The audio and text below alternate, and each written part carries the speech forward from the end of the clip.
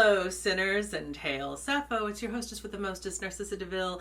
And if you're new to this channel, hi, hello. We've been expecting you. I have a couple of things that I do want to talk about right off the bat before I get into the episode. For those of you who don't know, a while back, I published a story on Wattpad called The Secret Life of Damien Carmichael. And I love that story. It did get quite a bit of attention. It did get nominated by Wattpad for their Pride collection for 2021, which was a huge, huge deal to me and meant so very much. And so I'm still honored by that. And so I always was writing in the background, but I didn't have anything that I was ready to share. And so it kind of just became a thing where, that was back in 2021 and I started publishing it in 2020.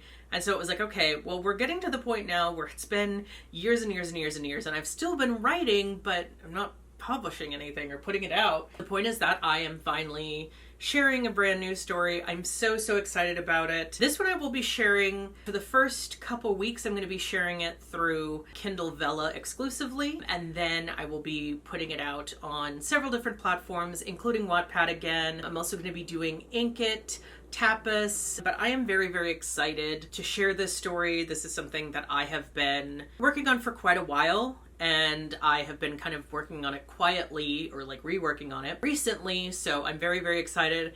And the more exciting thing is that the first 3 chapters are going to be available tomorrow on Kindle Vella, and I will of course include a link in the description, and I'll be talking about this periodically throughout my next couple of videos. I do feel like this is going to be something that you're going to hear a lot from me, so feel like this is a story that I love a lot, and I think it's going to be, I think you're going to like it too, is what I'm going to say. It is a fantasy story. It's more urban fantasy, very political. It is very queer. Obviously, it's me. I'm very excited to share all this with you, and I cannot wait to see what you think. There'll be a link incoming. You can also stay up to date through all of my social media accounts at Narcissa DeVille on Instagram, Facebook, Twitter, X, whatever you want to call it. Pretty much everything that I have is at Narcissa DeVille. I'm very lucky in that regard. Oh, and I'm gonna have some like behind the scenes stuff on Patreon, maybe some early access. So now more than ever would be a great time to join Patreon, patreon.com/Narcissa DeVille. Ding.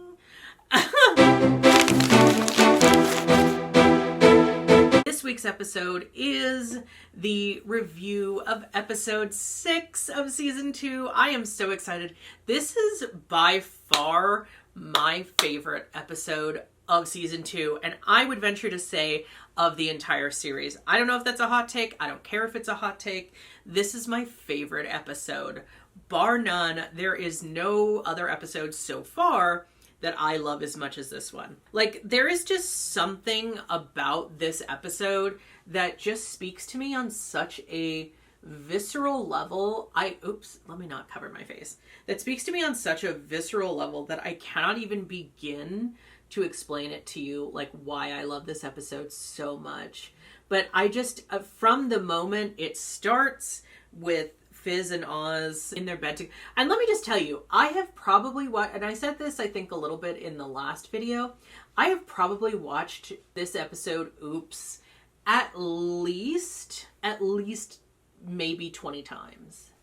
And first of all, I will say I've watched the first 10 minutes quite a few times, because that is by far my favorite part of the whole episode. Not the first 10 minutes. The first, I guess it's the first 3 minutes when it's just Oz and Fizz in their house. It's so fucking cute. I love seeing their little morning routine.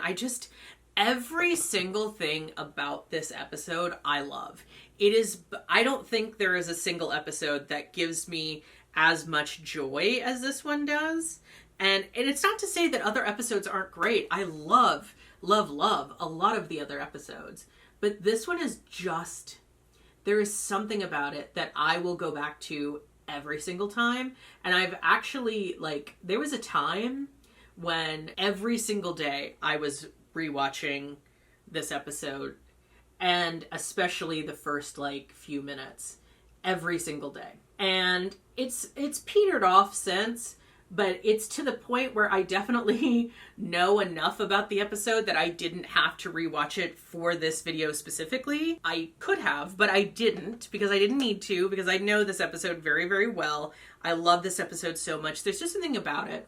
And you know what I find funny, right? Is like my favorite episode of Helluva Boss and my least favorite episode of Good Omens are the same episode number in the same season, which is to say season 2, episode 6. And if you have never seen Good Omens and that reference means nothing to you, I envy you. No, I love Good Omens, so I'm not even sad about it, but it's such a heartbreaking. I'm not even going to get into that. You can see all my reviews for Good Omens to know exactly how I feel about how that ended. That was a tough one to watch, I gotta say, and because it's just so like, oh, it's so devastating. It's so devastating. Ugh. All right, let's not go down that road because this is a happy episode.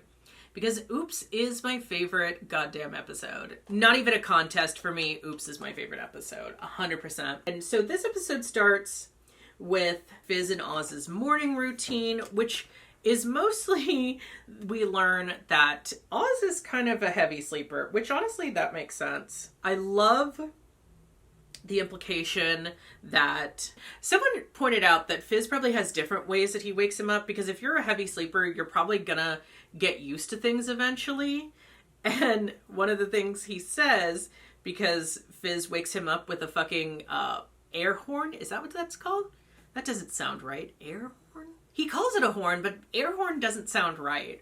What is that called? That must be what it is. I don't know. Anyway, he wakes him up with like a can of air horn.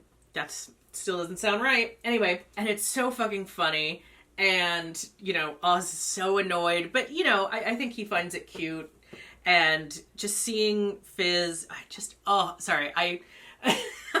I'm kind of rambling, but this is just, I love this episode so much. I just think it's so cute. You know, I love it because I think the two of them are cute together. They're probably my favorite couple in Helluva Boss. I know a lot of people would probably say Moxie and Millie. I think they are very cute. And I like that we get to see, you know, when we get to see more of their dynamic, I think they are a very good couple. But I would say that for me, they are not my personal favorite couple. I have to give it to Fizz and Oz.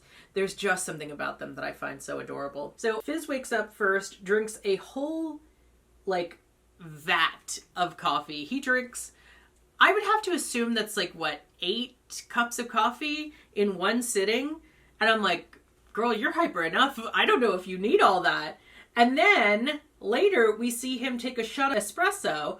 I'm like, he's going to be bouncing off the walls. See, I can't do that shit. I get so like, I can't even drink coffee anymore. I'm at the point where I'm like, I will get jittery. This is chai tea from Duncan. Thank you. So he's drinking like a shit ton of coffee. I say I couldn't do that as if I did not in my teenage years drink double shot Starbucks energy drinks. So I was drinking coffee and energy drink. Not a good idea. Not a good combination.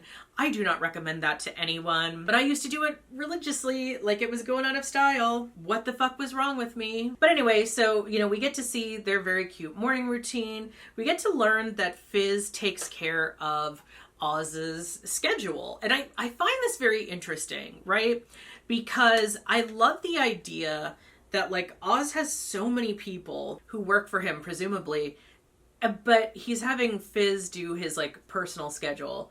I think that's so cute. I have to wonder how that started. I've seen a lot of fanfics where it's like, you know, Fizz just sees Oz's schedule and he's like, what the fuck is going on here? Like, you have so much going on for no good reason.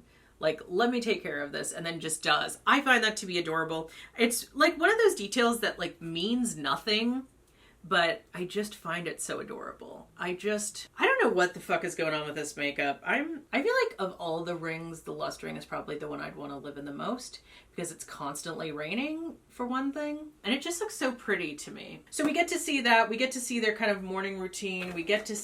So then we get to see kind of breakfast routine. Fizz has an obsession with burgers, which I find adorable, to the point, you know, this is my favorite episode, to the point that anytime I want to have burgers, I will send my mother a gif of Fizz saying burger time, because I just think it's so fucking funny. Oz makes breakfast, and we also get to see while he's making breakfast that there is a newspaper called the Lustring News, which religiously, it seems, reports on, like, you know, what's going on with Fizz and Oz, because everyone knows it's more than what it seems.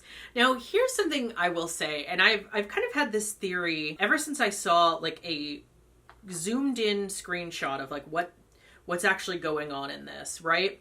So there's this picture that this newspaper has of Fizz and Oz basically in a closet cuddling. And it's so cute. But what's interesting to me is there is a hand that you can see in the photo holding open the curtain, which leads me to wonder, it's clearly someone inside Oz's office who is doing this to them. And, like, we get to see a hint of his personal assistant. I'm kind of, like, wondering, like, is it her? You know, she has this moment in the episode where she, you know, lets Oz know that some shipment came in from Mammon. It's got Mammon's face all over it. We don't really know what it is or anything about that. She walks in on them as they're, like, you know, cuddling and being cute and kind of making out. And I think it's so interesting because she's kind of like, I don't know, her reaction is very weird to me because it's kind of like she's almost surprised, but not surprised, but also, like, I don't know. I just don't know what to think. And I hate to think, oh, she's the one who's betraying them and, like, sending that to the Lustring News, who, as I said in the last video, seems to be under the impression that Fizz, even though he's, like, famous across the rings of hell and has these Fizzbots that even the V's own, somehow, like, the news is trying to say that he's, like, this gold digger who's just trying to use Oz for his money. And I'm like, why would he need to? He's already famous himself. And granted, I'm sure Mammon does not give him his own money. Like, I cannot imagine that he's paid well despite how much he makes for Mammon.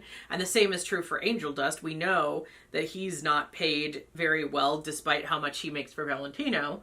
Like, you know, greed is as greed does, but I just think it's so interesting and sad because, you know, I think there's a lot of fans that want to believe that, like, the Lustring would be more loyal to Oz than that and, like, be more loyal to Fizz by extension because they're just so cute together and because I'm sure they're used to seeing this by now. But I do get the impression that, you know, there's something deeper going on there, that clearly they know something, and because they don't do a good job of hiding it. And, you know, maybe there are people who are trying to out them. It'll be very interesting to see if they delve into that any further in the coming episodes. I mean, obviously they're out now, but I just feel like it's kind of like, you know, is this just a hidden Easter egg thing of, like, hey, this is what people talk about them, or just to kind of, you know, exemplify, like, they're trying to hide it, but not doing all that well at it, and this is what people are saying about them? Or is it a thing where there's something more to it, and there's someone that has been betraying their trust this whole time, and that's kind of this dramatic thing that I think would be very, very interesting to explore. But, like, I don't know, maybe I'm thinking too much into it. But it is definitely kind of a sad thing to see. And it's so funny because Fizz, like, sees the newspaper or the magazine, crumples it up, throws it out the window in an effort to, like, not let Oz find out about it. But he's gotta know, right? Like, there's no way he does not know what papers are saying about him. Like, there's no way the King of Lust is not acutely aware of what I presume the biggest newspaper in the ring is writing about him. He has to know. There's so many interesting things too, is like, what are the libel laws like in hell? Like, are there libel laws? Are there laws about what you're allowed to print about somebody? And obviously, I guess because it's true, it wouldn't count as libel. But, like, if you're wanting to deny it enough you probably would think to sue for libel. You know, again, I'm definitely overthinking all of this. That is kind of the fun of YouTube, though. So we kind of get this conversation between Oz and Fizz that's like the main crux of the episode, which is Oz is not comfortable with the fact that Fizz has to go to the greed ring alone. He mentions that there is a city that's called Ransom, and he's like, I just think you should have an escort, you know, just someone as like security, because I don't want you to go alone and something to happen to you. And of course, you know, it's very much foreshadowing. Why did I say that like that?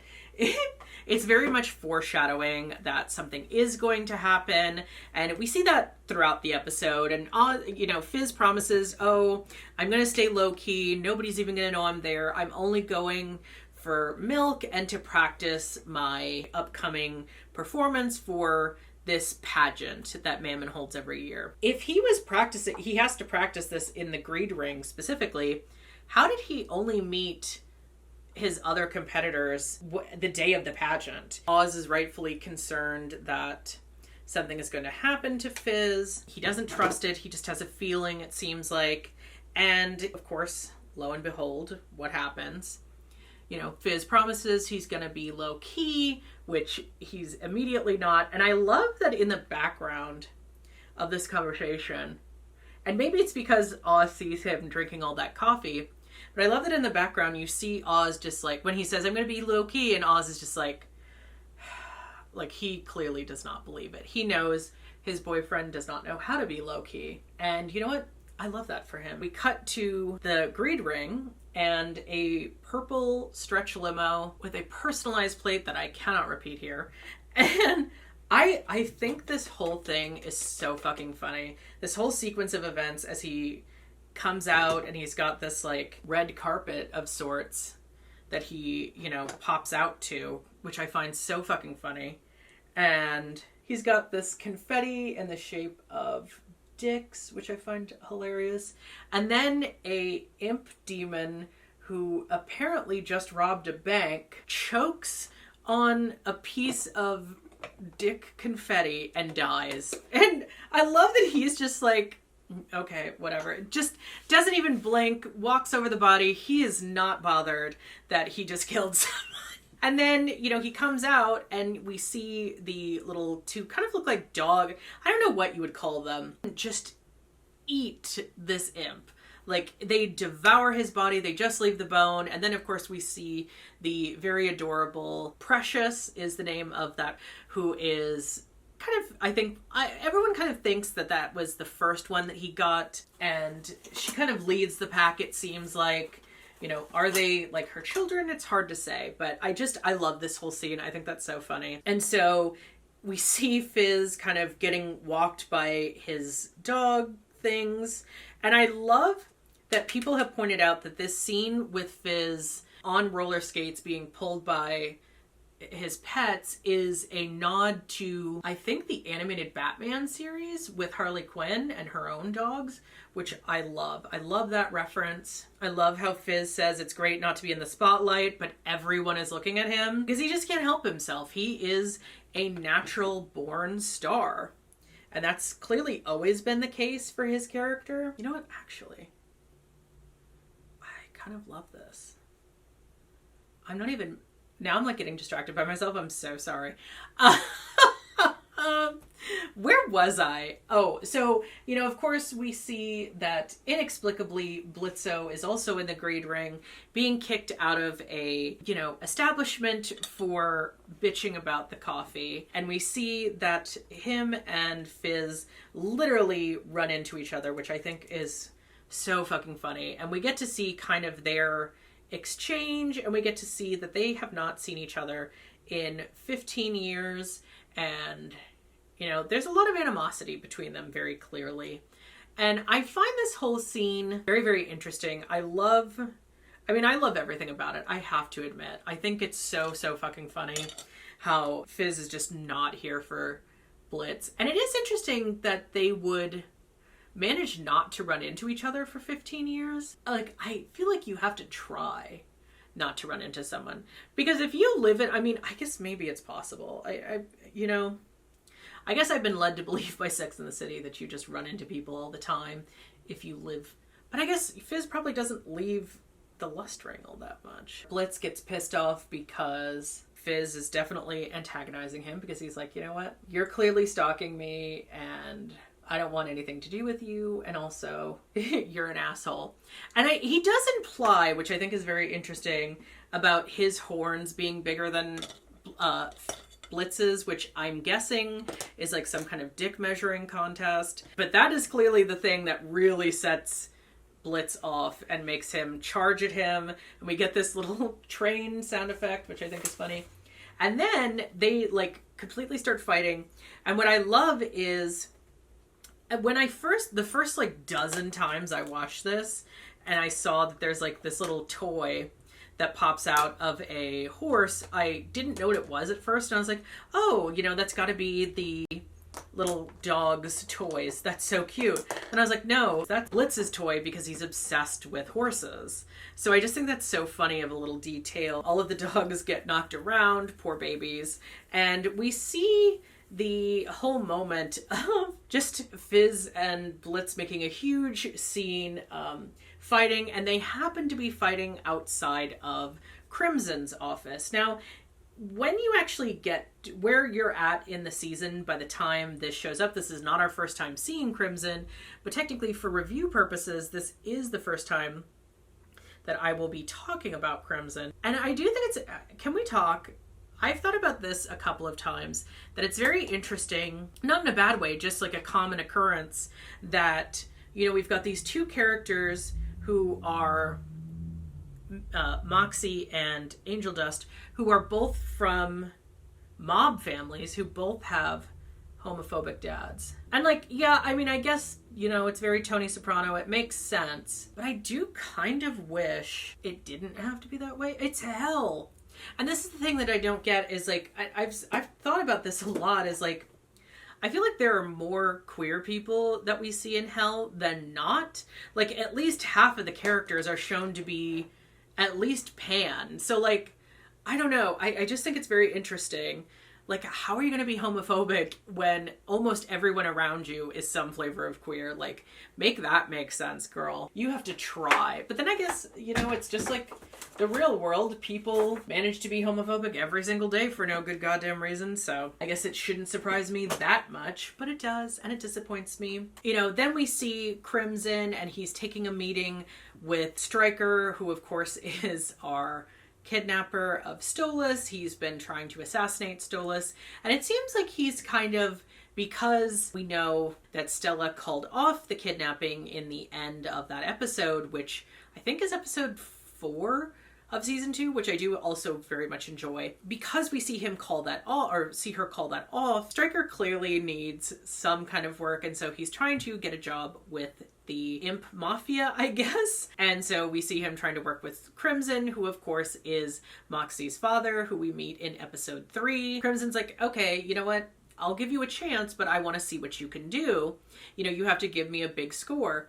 And because they somehow knock one of Fizz's little into the window, that's how Stryker sees, or maybe he hears, that something's going on in the street below. And so he goes to the window and sees that Blitz and Fizz are fighting and decides, okay, I'm going to lasso them and we're going to kidnap both of them. And I think really Fizz is probably the one that they want the most, because he's associated with someone who they could potentially get money from. At no point, at least not in this episode, do they attempt to shake down Stolas for money, even though I have to imagine by the time, since Ozzie's would have happened probably a couple of weeks earlier, maybe months earlier, I don't really know. By that point, that had to have made news, right?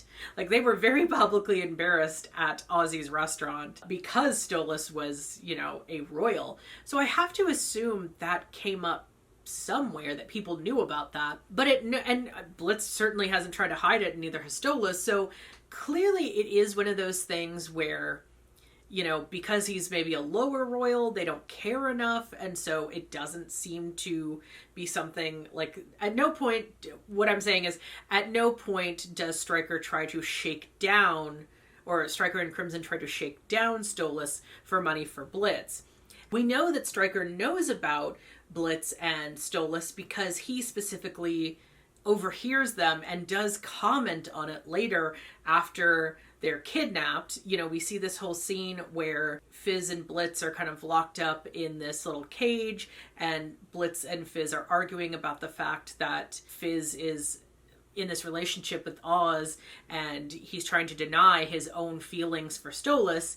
And so Stryker does comment on that, and he does make a whole big point that at least while Blitz is, you know, having a relationship with a royal, at least it's just a sexual relationship. It's not like he's, you know, clearly in love with him and doing whatever as he views Fizz and Oz. Cut to a meeting with Oz and Stolas in which they're kind of discussing the fact that Stolas is really hoping to get a crystal that would allow Blitz to be able to move freely between worlds without having to use his book, because that's become a situation where he has feelings for Blitz, but he feels very conflicted because, you know, he feels like Blitz only is with him because he feels that he has to be, because he needs this book in order to do his job. And so it's kind of like this whole big thing. I think it's a very interesting conundrum that they have kind of put up here with this, and of course their relationship, which has become very complicated and very, very interesting. So I can't wait to see more of how things go with Blitz and Stolas. I really like them as a couple, even though they frustrate me a little bit, but I want to see how this goes. And it's very, very clear that Blitz, you know, is in love with Stolas. Whether or not he wants to admit it, it is very clear to me. You know, Oz and Stolas are having this meeting, and then we also see that Oz gets a call. He basically tells Stolas, I'm not going to give you this crystal because, you know, Fizz, who I very clearly care about, even though he's just my business partner, he doesn't like Blitz, and therefore I cannot do this for you. Which I think is, like, you know what? I love that. I love the solidarity. You know, Oz is a great husband, so, like, what are you going to do? But he gets a call that we see him kind of getting the information that Fizz has been kidnapped, and he is pissed, but also, I have to imagine, terrified, because this is literally his worst fear come to life. He suspected that this was going to happen. He says as much in the beginning of the episode. That was foreshadowed. He said, there is a city called Ransom. I don't want you to get kidnapped. And lo and behold, Fizz gets kidnapped. And it's kind of interesting because in the video, Fizz does kind of look into the camera a couple of times, and we see him very clearly look like he's trying to kind of give a non-verbal apology to Oz that this happened. We kind of cut back and forth between these scenes where Oz and Stolas are dealing with this like dragon looking demon who is kind of like this lawyer for Crimson, who has a contract. And at first Oz is like, I don't give a shit, I'll sign anything to get Fizz back. And then Stolas is like, maybe we should read this over. And the initial contract is like a 1-page document, and he reads it over, and it's like, well, this actually is pretty bad. Like, it would give Crimson all of Oz's factory assets and let him use his head as a wall decoration. And Oz is like, I'm sorry, what now?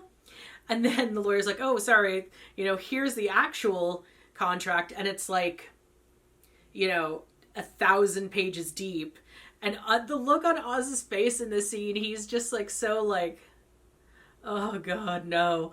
And Stolas is like, ooh, I love words. And like, he's so excited. I love when he's excited. He's so cute.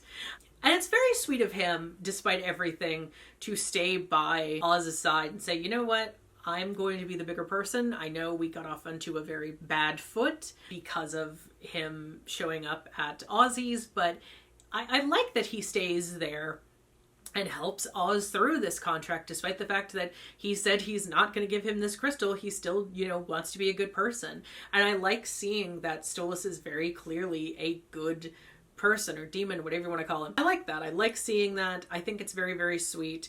And it's something that he could have been very petty and just been like, no, you know, you're not going to help me, A. You also embarrassed me in public, B. So like, why should I help you with anything?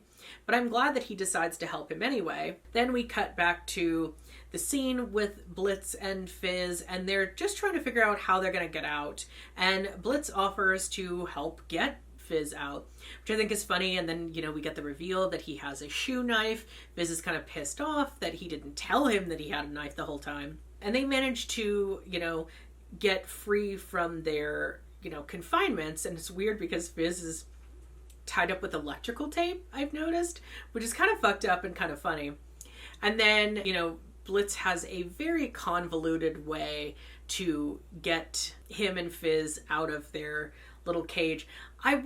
There's a word for this type of thing that we've all seen in like tons of films of like, it's like one thing knocks into this thing, which turns on this thing. And it's like, all of this is to make breakfast. It's really funny because it's like he knocks over some boxes, which knocks over like a bowling ball, which knocks down a tower of cards, which causes this fish demon, imp demon, I'm not even sure what he is, to start shooting up the place, which causes all this chaos and madness and confusion. And of course, in the very end, a like marble rolls across and hits the, lever that will take them down. And Fizz is just like, okay, that was a lot for that. I could have just stretched down and like let us out, but okay, you had to be dramatic about it. So then of course they have this whole shootout. They have to go on the run, and they start exploring kind of their past and the trauma and like what caused them to be in this situation in the first place, where they have this whole huge fight and they don't talk anymore. And we learn that Blitz is tangentially responsible for what happened to Fizz. He was clearly trying to give Fizz a love letter, it seems like, and a happy birthday card. But when he sees that he seems to be leaving, and there's kind of a weird implication about this scene, right? Because there's a lot we don't know. There's a lot we can kind of infer. There's a whole moment where Fizz gets a little red nose, and it's kind of the question of, is he being invited to, be a part of the Mammon's pageant? Or is this just something like, why is this specifically something that Blitz sees whatever is going on and decides that, he shouldn't say anything anymore? And like, it's a whole big thing. And, he knocks over this imp who's holding a cake, and that sets the tent on fire. And that's, of course, what causes Fizz's terrible injuries. And, we see that Blitz kind of walked away, and it's implied that that's kind of why Fizz, felt abandoned and felt like his best friend, ran away while he was literally melting. I mean, it's very kind of a graphic scene for what it is. And so there's this whole kind of thing. And then of course, all of this is in the background of a shootout. They're very, very, it's a very emotional scene. I think it's very well done. And it's interesting because one of the things I talked about in my episode review of the full moon episode is I thought it was very interesting that in this scene, backdrop of Blitz going to see Stolas was, the angels who had been kicked out of heaven and the stupid dorks people, all trying to fight to basically drag Blitz back to Earth to investigate all of this and figure out how all this is happening. And I don't know why I don't feel like it works as well in that scene as I feel like it does here. And I said that in my review, and I still maintain that. I think that this scene just works better. Yes, there is, a shootout. It's probably a little bit silly, but I think it fits the emotional resonance. I think I don't know. I like it better. I think it fits better. I think the emotions are stronger here. It's just all around something that I like better in this episode than I like it in the full moon episode, even though it's essentially the same idea. And maybe it's because it's just Fizz and Blitz and they're trying to get out of this situation rather than this kind of like strange situation where the cherubs are trying to chase Blitz, and then unbeknownst to him, all this stuff is going on in the background.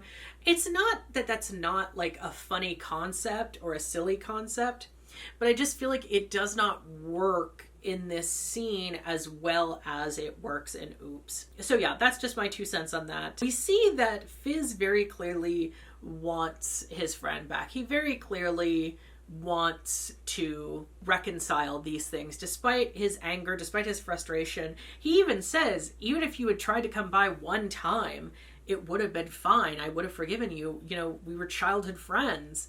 And it's very clear that someone was keeping them apart. And I think it's implied in the later episode that we haven't seen yet because it hasn't come out yet.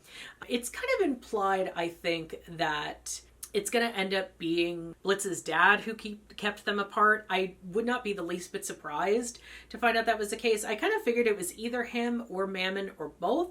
So I don't think it's particularly surprising. I would love to know what happened to Blitz's dad, if anything. I think that's going to be very interesting to see how that all shakes out. But again, we've got till, I think, October for that. So we've got a couple months. Finally kind of run out of places to run. They've kind of met their match. They have to figure out how to get out of this place that they're in. And they're being surrounded. Crimson's like, okay, it's time to take you out. And I do love that Stryker says, I'm going to break you like a horse. Fizz is like, don't you dare tempt me with a good time. And Fizz's response is, you're still on the horse thing? I think that's so fucking funny. Like, yeah, obviously, he's still on the horse thing. And then we get to see this kind of moment where Blitz talks about distracting these demons like he always distracted his dad. And we get to see, like, really Fizz's improv skills at work. I love this song. I'm just gonna say it. Look at This is an amazing song. I think it's so fucking funny and interesting. I love the way they did this. The art style just... It is so much fun. Look at This is a really fun song. It's a very fun moment to see him kind of, you know, improvising with what he has available to get these demons to look specifically at him and not look at the fact that Blitz is very clearly trying to break them out. Someone has pointed out that there's a part of the song where Fizz is like, I don't know how much longer I can do this. And Blitz is like, I'm going to need 60 seconds.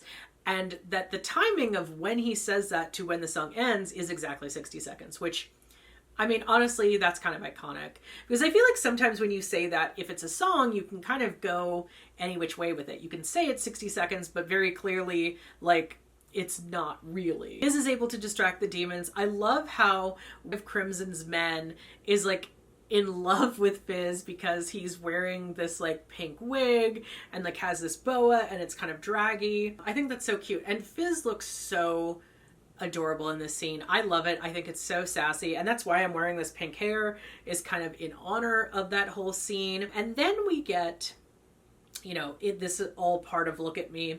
And then of course we get that Blitz was able to blow a hole in the side of this building and he and Fizz just pop out. And it is pretty funny because the look on Crimson's face as they're leaving and the building is falling down around him is just like, what the fuck just happened here?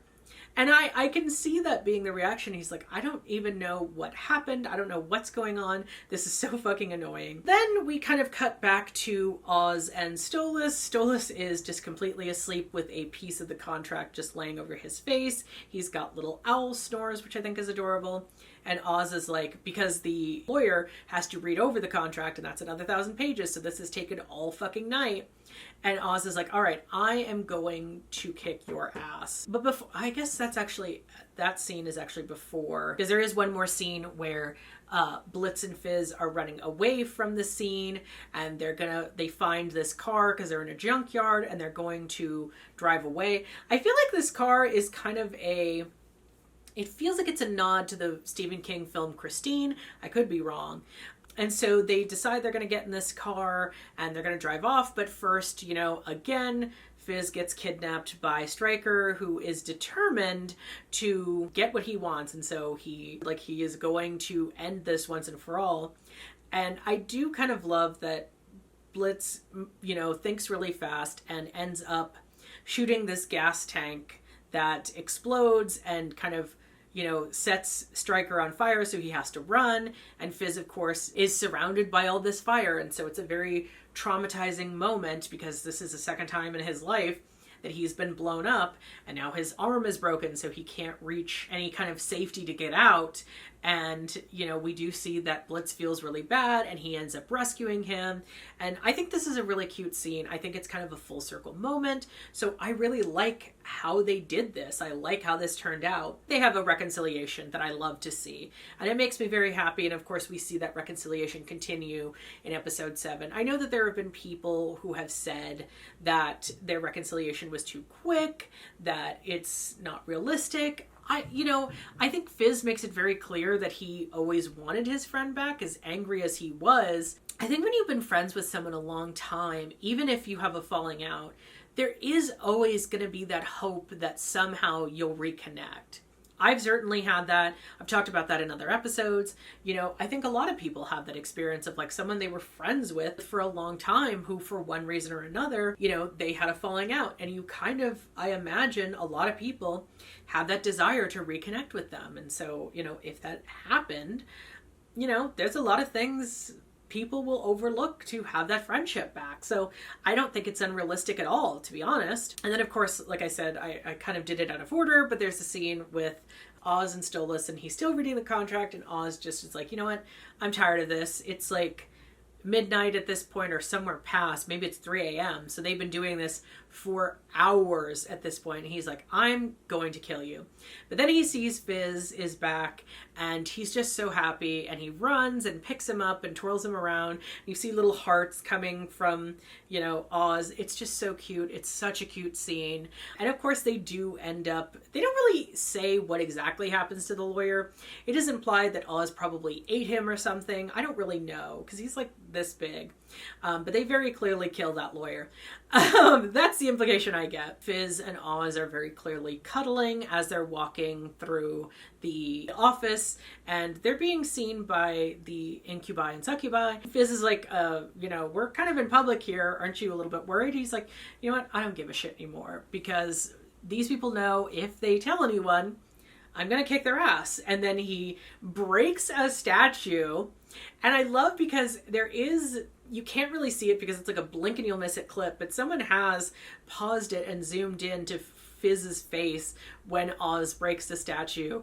And the look at his face is like, ooh, like he's so into it. He's so into it. So then they go into a sort of like office, maybe schematics room. It's kind of hard to say what this place is. And it's where Oz sets Fizz to help him get a new arm, basically is what has to happen. And they start talking about how Stolas came by to ask for the crystal and Oz said no. And Fizz is like, you know what? He earned it. Give him the crystal. Like, and it is very cute. And then of course I love that the ending of the episode is Fizz is like, well, you know, being kidnapped, I found a whole bunch of new kinks that I'm into. So, you know, let's go. I do love that Oz is like, are you sure? And Fizz is like, yeah. And Oz is like, okay, cool, let's go. I love it. I love the two of them together. They're so fucking cute. Everything about this episode to me is 100%. I just love it. I love it. I love it. I love it. Everything about this episode to me is just so good. I just love it. I think they are so cute. So yeah, that's kind of really the whole review. That's the whole episode. Like, this is just my favorite episode. It's so much fun. It's so cute. It's romantic. It's everything you could want in an episode. And I love Fizz and Oz and their relationship and everything about them. And it is funny because I think in the beginning, in the scene in Ozzie's, in that episode, I really didn't know how to feel about them. I kind of thought they were assholes for how they treated Millie and Moxie. Even though I think what they did was kind of embarrassing, I would say that the whole situation, I'm like, wow, these are kind of assholes. So color me surprised to now be so many episodes later and absolutely love these characters and love their relationship and just I'm so happy and I cannot wait to see more of them. But yeah, that's kind of everything that I think I have to say. This is such a great episode. What did you guys think though? Do you like this episode? What is your favorite episode? I would love to know that. If you enjoyed this, like this video, comment down below. Tell me your thoughts about the season so far and your thoughts about my reviews. You can subscribe to this channel, but don't forget, tomorrow I'm going to be releasing the first 3 chapters of my new story. I am so excited to reveal and talk about this Assassin of Witches. I'm in love with this story. I've been writing it for a long time and I'm so excited. I feel like it's finally at a place where I really love it and really want to be able to share it with the world. So that's what I'm doing. And you can find out more about that. That's going to be in the link in the description. And yeah, and until next time, stay devilish and see you next Tuesday.